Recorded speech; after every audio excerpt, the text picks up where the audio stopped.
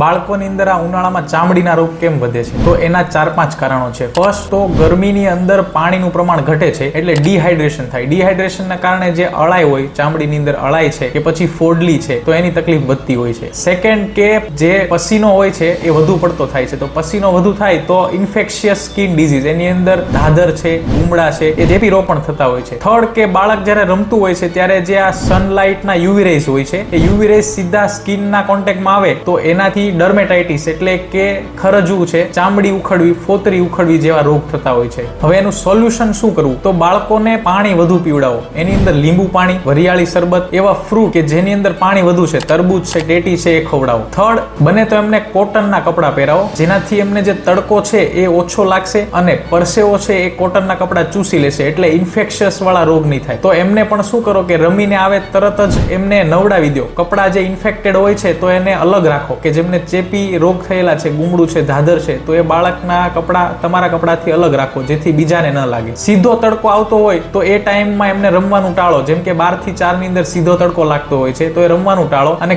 Cap પહેરાવો અને શરીરને આખું ઢાંકો. તો તમારા બાળકોને પણ આ વસ્તુ ધ્યાન રાખો જેથી ચામડીના રોગ વધે નહીં અને આ ઉનાળાની અંદર તકલીફ ન થાય.